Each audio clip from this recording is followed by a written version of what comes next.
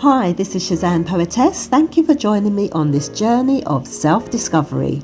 For part 3 of my her story, I thought I'd take you with me to visit the Temple of Osiris in Abydos, which was a necropolis for the earliest Egyptian royalty and later became a pilgrimage centre for the worship of Osiris, who was the father in the original father, mother and son story. The reason I came to visit this temple is because of something Terence Howard said in a video I posted earlier. This one little thing called the flower of life. Have you guys ever seen this before? Now, you know this is one of the oldest symbols in human history, right? This symbol was found in the Temple of Osiris in Egypt, and it had been molecularly burned into the wall.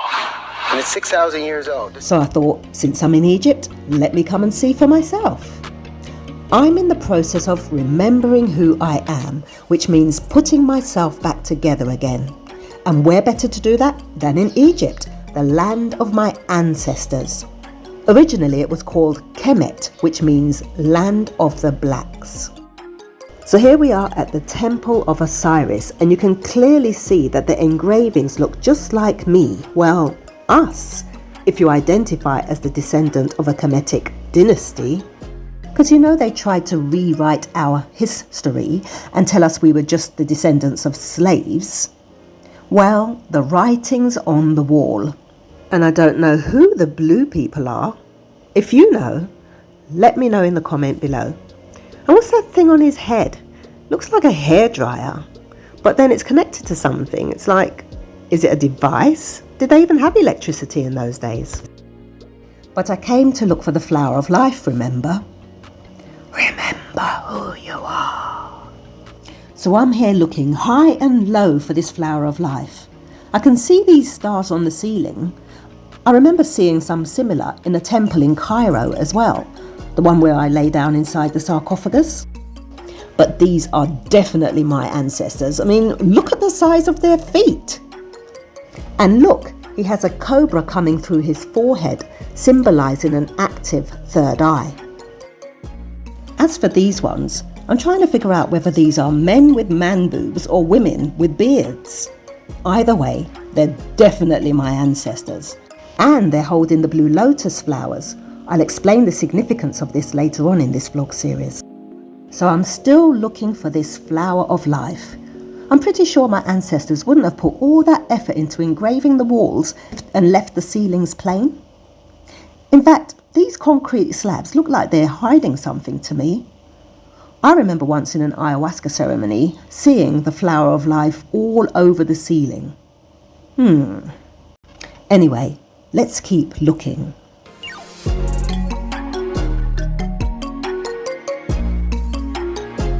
Oh look, it's Tahuti. He was an Atlantean priest king, also known as Thoth and renamed Hermes by the Greeks. He's said to not only have built the Great Pyramid, but he also wrote the Emerald Tablets. So basically he was a scribe and the wisdom faculty of God. So let me tell you how me and Tahuti became acquainted. Back in 2010, I visited the British Museum and they had a mummy on display.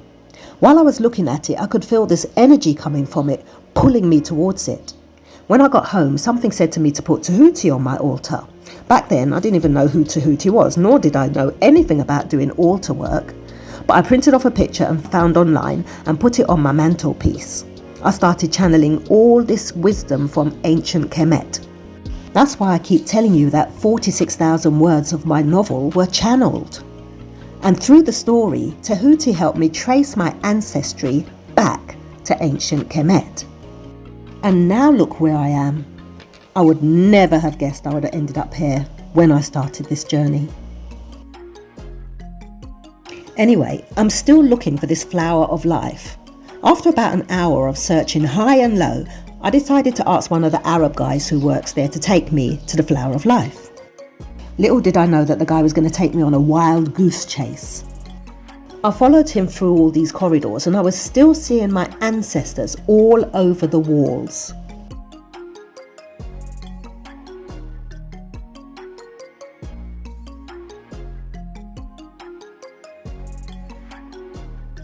All I could do was try to imagine what this place looked like when it was in all its former glory.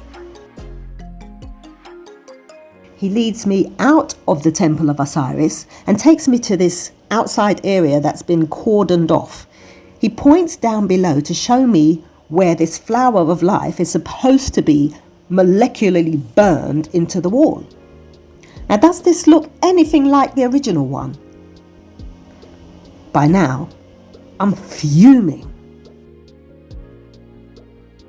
So, I've travelled 2 hours to come to the temple of Osiris, looking for the flower of life. Now, they got all sorts of flower of life stuff. I got these flower of life earrings here. I got another flower of life pendant, not this one, a gold one this time. And they even gave me a free flower of life bag. But can I find the flower of life in the temple itself?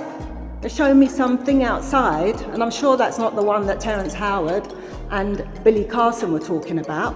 So I'm here getting a bit irate because I haven't been able to find the flower of life. But I'm pretty sure it's here somewhere. So I'm going to keep looking until I find it. And when I do, I'll let you know. Who am I? I am a remnant of my ancestors, torn from my motherland by the rape of slave traders. Who am I? I am a watered down version of an African queen. My blood is diluted, so mixed that it's now in between. My skin is no longer its original color, rich, dark like black gold, the color of tar. Yet still I have royal blood flowing through my veins, for my ancestors were kings, queens, rulers, inventors, scientists, leaders.